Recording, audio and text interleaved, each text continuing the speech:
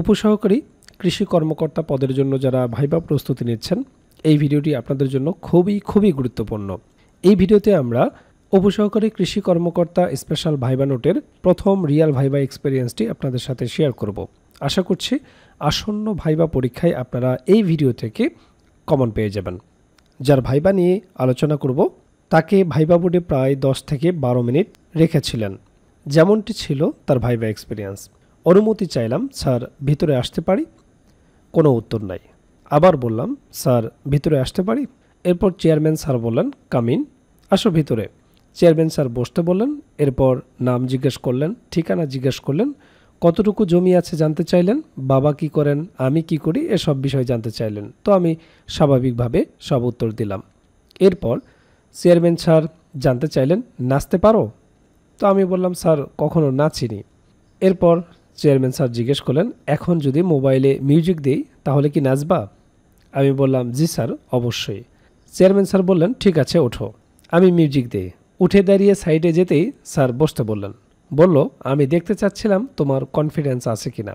তো দেখুন, ভাইবা বোর্ডে এই কনফিডেন্স যাচাই সেটি বিভিন্নভাবে হতে পারে। আপনাকে হয়তো অন্য কোনোভাবে টেস্ট করার চেষ্টা করবে। তো যে পরিস্থিতি হোক না কেন, নিজের কনফিডেন্সটা বজায় রাখবেন। এরপর এক্সটার্নাল স্যার ছিলেন, তিনি জিজ্ঞেস করলেন, তোমাদের আমের গাছ আছে? তাহলে বলো, বাজার থেকে যে চকচকে আম কিনে নিয়ে আসো, এই আমের ভিতর পোকা থাকে কেন? বেগুনের ভিতরেও কি এমন হয়? এই বিষয়টি জানতে চেয়েছিলেন। তো আমি উত্তর দিলাম, আমের ফল ছিদ্রকারী পোকার মধ্যে সিট্রিপ্যাস্টিস ইউটোফেরা একটি পরিচিত প্রজাতি, যা ভারত, ইন্দোনেশিয়া এবং কিছু উত্তরাঞ্চলে আমের ক্ষতি করে থাকে। এই পোকাগুলো প্রথমে আমের খোসার নিচে ডিম পাড়ে এবং ডিম থেকে লার্ভা বের হয়ে আমের ভিতরে প্রবেশ করে। লার্ভাগুলো আমের মন্ড খেয়ে বেড়ে ওঠে এবং ভেতরে গর্ত করে ফেলে। বাইরে থেকে দেখে বোঝা যায় না যে আমের ভিতরে পোকা আছে কিনা। আবার চকচকে বেগুনের ভিতর যে পোকা দেখা যায় তার নাম বেগুন গাছের ডগা ও ফল ছিদ্রকারী পোকা। এই পোকার লার্ভা বেগুনের ভিতরে প্রবেশ করে এবং শ্বাস খেয়ে বেঁচে থাকে। এ কারণে বেগুন কাটলে ভেতরে সুড়ঙ্গ ও পোকা দেখা যায়। এরপর স্যার জিজ্ঞেস করলেন, ভাইরাস কি এবং ভাইরাস আক্রান্ত গাছ কি করতে হয়? তো বললাম, ভাইরাস হলো এক ধরনের ক্ষুদ্র পরজীবী যা গাছের মধ্যে সংক্রমণ ঘটিয়ে রোগের সৃষ্টি করে। এটি উদ্ভিদের স্বাভাবিক বৃদ্ধি ও উৎপাদনে বাধা দেয় এবং বিভিন্ন ধরনের রোগ লক্ষণ তৈরি করে, যেমন পাতার বিবর্ণতা, বৃদ্ধি কমে যাওয়া এবং ফলের বিকৃতি। ভাইরাস আক্রান্ত গাছের ক্ষেত্রে প্রধানত দুটি বিষয় বিবেচনা করতে হয়। এক, রোগের বিস্তার রোধ করা।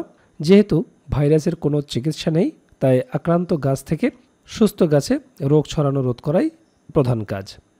2 নম্বরটি হচ্ছে গাছের স্বাস্থ্য রক্ষা করা।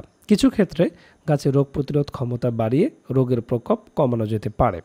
এরপর স্যার জানতে চাইলেন একটি ভাইরাসবাহিত রোগের বৈজ্ঞানিক নাম। তখন আমি বললাম, সরি স্যার, আমার জানা নেই, অথবা বলতে পারেন, সরি স্যার, এই মুহূর্তে আমার মনে পড়ছে না। এরপর স্যার জানতে চাইলেন, পোকার কয়টি পা আছে? তো আমি বললাম, একটি পোকার সাধারণত 6টি পা থাকে। স্যার বললেন, অ্যান্টেনা কোথায় থাকে? বললাম, পোকার অ্যান্টেনা সাধারণত তাদের মাথার ওপরে চোখের কাছাকাছি অংশে থাকে। এবার চেয়ারম্যান স্যার আমাকে জিজ্ঞেস করলেন, অ্যান্টেনার কাজ কী? তো আমি বললাম, সরি স্যার, উত্তর জানা নেই। তো আপনারা জেনে যান, আমাদের এই নোটগুলো এভাবেই তৈরি করা হয়েছে। যেখানে সঠিক উত্তর প্রয়োজন, যেখানে যথোপযুক্ত উত্তর প্রয়োজন, সেখানে আমরা উত্তর সংযোজন করে দিয়েছি, যাতে আপনারা যারা সামনে ভাইবা পরীক্ষায় অংশগ্রহণ করবেন, আপনারা যাতে সুন্দরভাবে প্রস্তুতি নিতে পারেন। বলতে পারেন, পোকার অ্যান্টেনা প্রধানত সংবেদী অঙ্গ হিসেবে কাজ করে।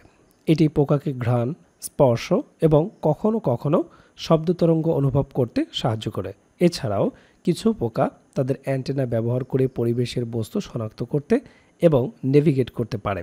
এরপর এক্সটার্নাল স্যার মন্তব্য করলেন, প্রশ্ন কি কঠিন হয়ে যাচ্ছে? তোমাদের মাঠ ফসল নিয়ে পড়া বেশি হয়তো। এরপর বোর্ডে আরেকজন স্যার ছিলেন, তিনি মন্তব্য করলেন, কেন স্যার, এনারা তো এইসব পড়েই এসেছেন। ততক্ষণে কিন্তু আমার অবস্থা খারাপ।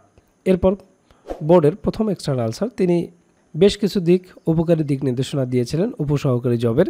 এরপর চেয়ারম্যান স্যার জিজ্ঞেস করলেন, গ্রেনেড হামলার আসামি কারা?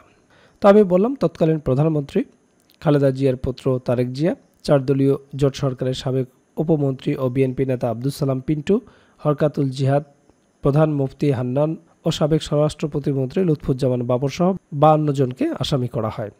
এরপর চেয়ারম্যান স্যার জানতে চাইলেন প্রধানমন্ত্রী শেখ হাসিনাকে কতবার হত্যা চেষ্টা করা হয়েছে। তো আমি বললাম স্যার সংখ্যা জানা নেই, তবে একাধিকবার। তো আপনাদেরকে বলে রাখি এই প্রশ্নগুলো এখন আর প্রাসঙ্গিক প্রশ্ন নয়। আপনারা জানেন যে রাজনৈতিক প্রেক্ষাপট পরিবর্তন হলে কিছু প্রশ্ন তাদের প্রাসঙ্গিকতা হারায়, কিছু টপিক তাদের গ্রহণযোগ্যতা হারিয়ে ফেলে। বুঝতেই পারছেন বাংলাদেশের প্রেক্ষাপটে রাজনীতির পরিবর্তন মানে অনেক তথ্যের পরিবর্তন, অনেক টপিক, অনেক তথ্য তার গ্রহণযোগ্যতা হারিয়ে ফেলে। তো এইসব বিষয়ে আপনারা জানেন, এসব বিষয় আপনারা বোঝেন, কোন বিষয়গুলো এখন বাদ দিতে হবে এগুলো আপনারা ভালো করেই জানেন। এরপর এক্সটার্নাল স্যার জিজ্ঞেস করলেন পান চাষ বিষয়ে বলো। এখান থেকে তিনি রোগ বিষয়ে আরও কিছু ধরেছিল। তো আমি বললাম পান চাষের জন্য উঁচু বন্যামুক্ত বেলে দোআঁশ বা এঁটেল দোআঁশযুক্ত মাটি প্রয়োজন। এছাড়াও ছায়াযুক্ত নাতিশীতোষ্ণ আবহাওয়া পান চাষের জন্য ভালো। জমিতে প্রচুর পরিমাণে জৈব সার প্রয়োগ করতে হবে। কাটিং লাগানোর সময় খেয়াল রাখতে হবে যেন অর্ধেক অংশ মাটির নিচে এবং বাকি অংশ মাটির উপরে থাকে। পানের বেশ কিছু রোগ আছে যার মধ্যে কাণ্ড পচা এবং গোড়া পচা, পাতা পচা এবং অ্যানথ্রাকনোজ রোগ উল্লেখযোগ্য। এছাড়াও সাদা গুঁড়া রোগ, পানের কালো মাছি ও উই পোকার উপদ্রবও দেখা যায়। তো এই পান চাষ বিষয়ে কিন্তু ভাইবা বোর্ডে খুবই জিজ্ঞেস করা হয়। এই বিষয়গুলো অবশ্যই আপনারা দেখে যাবেন। এরপর স্যার আমার উত্তরে সন্তুষ্ট হয়ে অনেক সুন্দর একটি কমপ্লিমেন্ট দিয়েছেন। চেয়ারম্যান স্যার বললেন ঠিক আছে, গুড, তুমি আসতে পারো।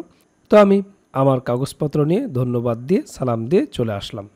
তো আপনারা দেখলেন উপসহকারী কৃষি কর্মকর্তা ভাইবা বোর্ডে কী ধরনের প্রশ্নগুলো জিজ্ঞেস করা হয়, আর এই বিষয়গুলো নিয়েই আমরা তৈরি করেছি উপসহকারী কৃষি কর্মকর্তা স্পেশাল ভাইবা নোটটি। যারা উপসহকারী কৃষি কর্মকর্তা পদে ভাইবা দিবেন তারা কেন এই ভাইবা প্যাকেজটি সংগ্রহ করবেন, কারণ এই ভাইবা প্যাকেজে 3টি নোট রয়েছে, যে 3টি নোট আপনার লাগবেই। ভাইবা বোর্ডে আপনার বিষয়ভিত্তিক প্রশ্ন জিজ্ঞেস করবে, সেই বিষয় সহ বিগত বছরের 10টি রিয়াল ভাইবা সমাধান করা আছে এবং এই রিয়াল ভাইবাগুলো থেকে বেশিরভাগ প্রশ্ন আপনারা আসন্ন ভাইবা পরীক্ষায় কমন পেয়ে যাবেন।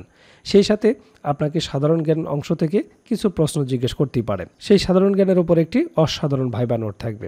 সেই সাথে ভাইবা বোর্ডে আপনাকে জিজ্ঞেস করতে পারে যে আপনি কোন জেলা থেকে এসেছেন, আপনার জেলা কেন বিখ্যাত, আপনার জেলার নামকরণের ইতিহাস কি, আপনার জেলা মুক্তিযুদ্ধে কী অবদান রেখেছিল, আপনার জেলার ভাষা ও সংস্কৃতি সম্পর্কে জানতে চাইতে পারে, বিখ্যাত ব্যক্তিবর্গ সম্পর্কে জানতে চাইতে পারে। এই সমস্ত খুঁটিনাটি বিষয়গুলো নিয়ে সাজানো হয়েছে আপনার জেলা সম্পর্কিত ভাইবা নোটটি। মোট কথা উপসহকারী কৃষি কর্মকর্তা ভাইবা পরীক্ষায় আপনার যেখান থেকে প্রশ্ন করতে পারে সেগুলো অ্যানালাইসিস করেই 3টি নোটে সাজানো হয়েছে এই ভাইবা প্যাকেজটি। আশা করছি আসন্ন ভাইবা পরীক্ষায় আপনারা এখান থেকে শতভাগ কমন পেয়ে যাবেন। এই প্যাকেজটি ইতিমধ্যে অনেক ভাইবা প্রার্থী সংগ্রহ করেছেন। সামনে যারা ভাইবা পরীক্ষার প্রস্তুতি নিচ্ছেন দ্রুত স্ক্রিনে দেওয়া হোয়াটসঅ্যাপ নাম্বারে যোগাযোগ করে ভাইবা প্যাকেজটি সংগ্রহ করবেন। ধন্যবাদ সবাইকে।